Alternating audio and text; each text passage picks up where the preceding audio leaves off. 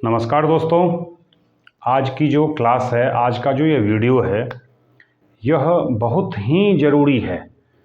मैं यह कहूँ कि सबसे ज़रूरी पार्ट है ट्रेडिंग का। आपको प्रॉफिटेबल बनाने का, तो इसमें कोई अतिशयोक्ति नहीं होगी। यह वीडियो है आपके मनी मैनेजमेंट को लेकर के। मनी मैनेजमेंट सीखना बहुत ज़रूरी काम है, सबसे ज़रूरी काम है, क्योंकि दुनिया में ऐसे बहुत सारे लोग हैं जिनको कमाने की ज़रूरत नहीं है, उनके पास कमाया हुआ धन भी है, पर मैनेज तो उनको भी करना सीखना पड़ता है। क्योंकि अगर वो अपने पैसे को, अपनी प्रॉपर्टी को, अपनी संपत्ति को मैनेज करना नहीं सीखेंगे ना, तो वह उनके हाथ से चली जाएगी। एक उदाहरण से समझते हैं। ऐसे बहुत सारे जमींदार लोग हैं जिन्होंने अपने बच्चों को विरासत में बहुत 50 एकड़, 100 एकड़, 20 एकड़ ज़मीनें दी हैं। अब उनके बच्चे अपनी ज़मीनों को मैनेज करना सीखते हैं। अगर वो अपनी ज़मीन को मैनेज करके उससे आमदनी करना नहीं सीखेंगे तो ज़मीन बेच के खाएंगे और 2-4-10 साल में सारी ज़मीनें बेच करके फिर वो सड़क पर आ जाएंगे। तो उनके लिए कमाना सीखना उतना ज़रूरी नहीं है जितना मिली हुई प्रॉपर्टी को मैनेज करना सीखने में। तो मनी मैनेजमेंट, पैसा को मैनेज करना या संपत्ति को मैनेज करना, यह आना सबसे ज़रूरी बात है। तो आज की क्लास मनी मैनेजमेंट के बारे में है। ये 10 मिनट जो होने वाले हैं ना, वो आपकी ज़िंदगी के सबसे महत्वपूर्ण 10 मिनट होंगे। वीडियो को अंत तक देखें, लाइक करें और अगर अच्छा लगे तो शेयर करें दोस्तों में। तो हर आदमी का पॉकेट अलग अलग होता है। किसी के पास 50,000 रुपये का ट्रेडिंग कैपिटल है, किसी के पास 5 लाख, किसी के पास 50 लाख।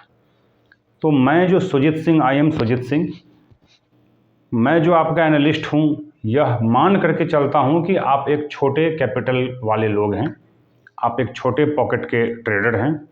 तो आपकी ट्रेडिंग कैपिटल 50,000 रुपये है, ऐसा मैं मान करके चलता हूँ। तो अब जिनके पास 2 लाख या उससे ज़्यादा की कैपिटल है, वो लोग स्प्रेड भी बना सकते हैं, स्टॉक ऑप्शन में भी ट्रेड कर सकते हैं। लेकिन जिनके पास 50,000 रुपये के आसपास की कैपिटल है, उनके लिए स्टॉक ऑप्शन में रिस्क मैनेजमेंट बैठता नहीं है। क्योंकि स्टॉक ऑप्शन का एक एक ऑप्शन का प्राइस जो है, उसकी वैल्यू जो होती है ना, वो 10,000, 12,000, 15,000 रुपये का एक कॉन्ट्रैक्ट का वैल्यू होता है। मान लो किसी का ऑप्शन 20 रुपये का है और उसका लॉट साइज 500 का है, तो 20 गुना 500, 10,000 रुपये उसका मूल्य हुआ।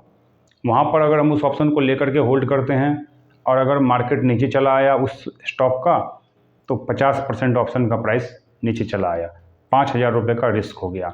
अब 50,000 रुपये वाला व्यक्ति 5,000 रुपये का रिस्क नहीं ले सकता, क्योंकि वह उसके एक ट्रेड में उसका 10% कैपिटल रिस्क पर है। तो रूल यह है कि हम प्रति ट्रेड, हर एक ट्रेड में सिर्फ 1% पैसे का रिस्क लेंगे, ज़्यादा से ज़्यादा, बहुत कॉन्फिडेंट हैं तो 2%। तो जिसके पास 50,000 है, उसका 2% हुआ 1,000 रुपये। वह 1,000 रुपये के रिस्क वाला ट्रेड अगर ले, तो 50,000 रुपये को ख़त्म होने में उसे लगातार 50 बार गलत होना पड़ेगा। और लगातार 50 बार तो कोई भी बंदा गलत हो नहीं सकता। तो बाज़ार में जो हम पैसा गंवाते हैं ना, वो मार्केट की वजह से नहीं गंवाते हैं, डिसिप्लिन फॉलो न करने की वजह से गंवाते हैं। एक ट्रेड में 20,000 रुपये का दाव ले लिया, अगर वो पैसे चले गए तो हमारा 20,000 रुपये, हमारा 40% कैपिटल एक ही ट्रेड में चला गया। एक और गलत ट्रेड आपको मार्केट से बाहर कर देगा। तो रूल फॉलो करना बहुत ज़रूरी है। रूल नंबर 1, चाहे स्विंग ट्रेड हो या ऑप्शन ट्रेड हो, आपको अपने कैपिटल का ज़्यादा से ज़्यादा 2% का रिस्क लेना है, और अगर उससे ज़्यादा का रिस्क है तो वो ट्रेड नहीं लेना है। अब छोटे पॉकेट वाले ट्रेडर के लिए जो सबसे काम की बात मैं बताता हूँ कि एक्सपायरी के दिन मंगलवार और बृहस्पतिवार को जब निफ्टी और सेंसेक्स की एक्सपायरी होती है, तो प्रीमियम काफ़ी डिके हो जाता है।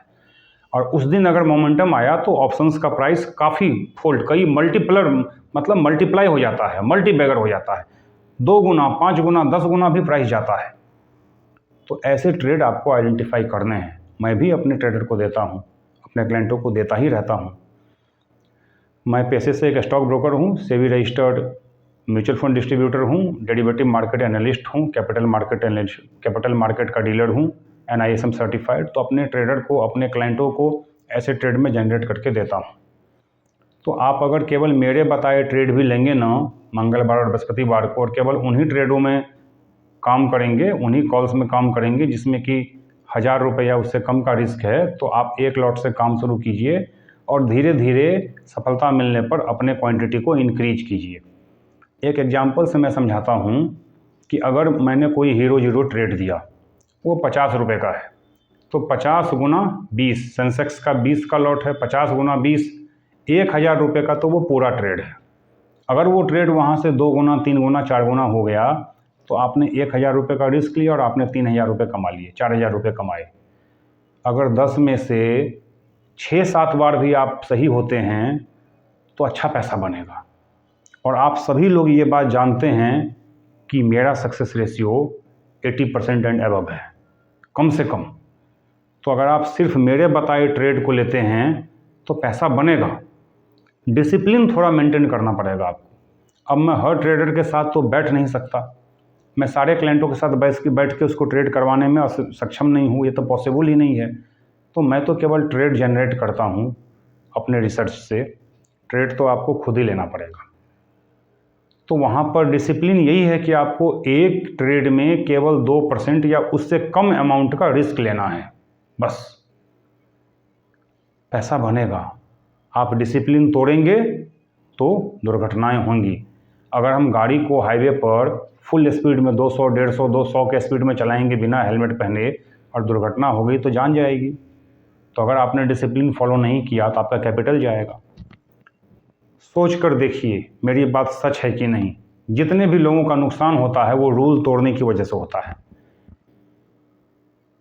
फियर और ग्रीड, यह 2 भावनाएं हैं मार्केट में, डर और लालच, जो इंसान की साइकोलॉजी को ख़राब कर देता है।